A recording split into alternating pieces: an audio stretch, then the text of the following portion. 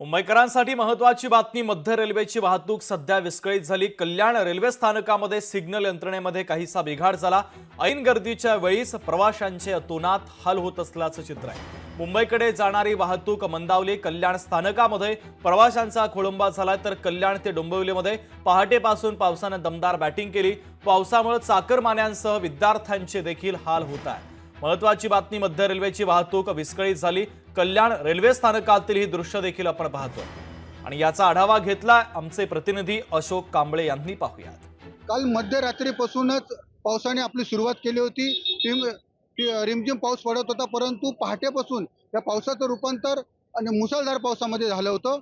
आणि आपण बघू शकतो, हा कल्याण पश्चिमेतला परिसर आहे। या कल्याण पश्चिमेतल्या परिसर स्टेशनच्या बाजूला हा जो कोर्ट रोड आहे, त्या कोर्ट रोडवरती चांगलंच असं पाणी भरलेलं आहे।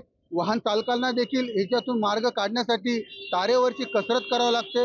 आणि महत्त्वाचं म्हणजे सकाळी हा पाऊस सुरू झाल्यामुळं चाकरमान्यांचे देखील मोठे हाल झालेले आहेत। आणि त्याचबरोबर शालेय विद्यार्थी जे सकाळी शाळेत जातात त्यांचे देखील मोठे हाल झालेले दिसून येतात आपल्याला। या आजूबाजूच्या स्टेशन परिसरातील आजूबाजूच्या दुकानामध्ये देखील पाणी गेलेलं आहे। आपण बघू शकता, आता इथे हे एक हॉटेल आहे। हॉटेलच्या आतमध्ये पाणी गेलेलं आहे।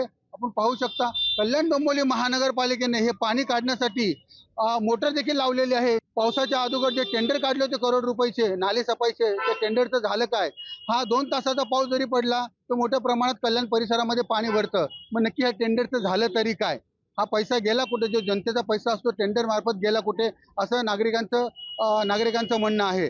आणि हा पाऊस जर असाच 2 तास अजून सतत पडत राहिला तर कल्याण डोंबिवली आणि परिसराच्या सकल भागामध्ये पाणी भरल्याशिवाय राहणार नाही। अशोक कांबळे, लोकशाही कल्याण। लोकशाही मराठी ऐका, पहा, जागरूक रहा।